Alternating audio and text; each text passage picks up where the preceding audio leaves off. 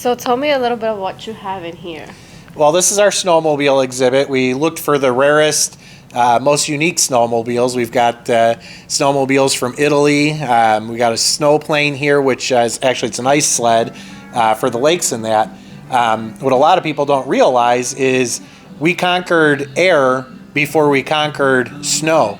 Airplanes came out before snowmobiles did, and it was very difficult. It was a needed thing. People couldn't travel through snow, and doctors and that couldn't visit their patients, if it was heavy snow, and a lot of people died for that, and that was actually why Skidoo was invented. His son died because the doctor couldn't visit him. He couldn't trek through the snow, so he didn't want anybody to go through that again, and developed the modern snowmobile, as you see them.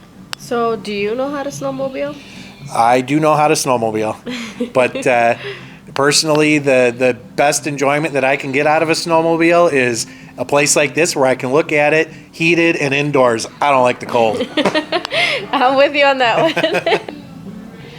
Welcome to US Classic Muscle Cars, and today I'm here at Volo Museum with Brian. Now, Brian, I've never seen anything like this, so I need you to describe or tell me something about what we're looking at here. If you ask 10 different people what the first snowmobile was, you're going to get 10 different answers, but this is going to be one of them. This was a 1923 Ford Model T equipped with the optional Snowbird snowmobile package. The package consisted of the front skis, which are removable, and you can put the wheels back on it. And then it comes with the rear end, which is a tag axle, and they put the cleats on it, like a tank track almost.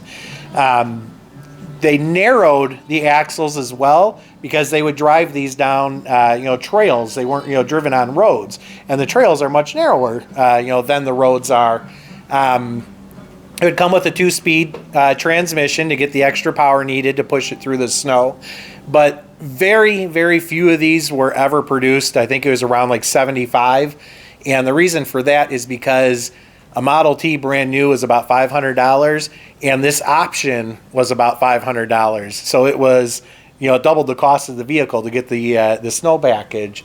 It was primarily mail carriers and doctors that would use these because they used to have to travel in harsh weather in order to get their jobs done.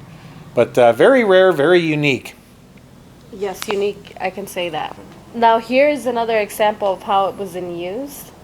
Yeah, that was a photo of one identical to this. It's not this one, but that was used up in up in Canada, Alaska area by the trappers. The trappers would go ahead and use these to get through the harsh snow and get their furs and that, and have their transportation. All right, well, thank you so much, Brian. So how did you find this car out of 50 million cars? Why this one, or how? We're always looking for unique and different things. We've got people out there hunting for us and keeping an eye out. And this was actually one that somebody had presented to us. They knew we were building a snowmobile display, and what better snowmobile at a car museum than a snowmobile built from a car? So we ended up purchasing it and putting it in our snowmobile display here.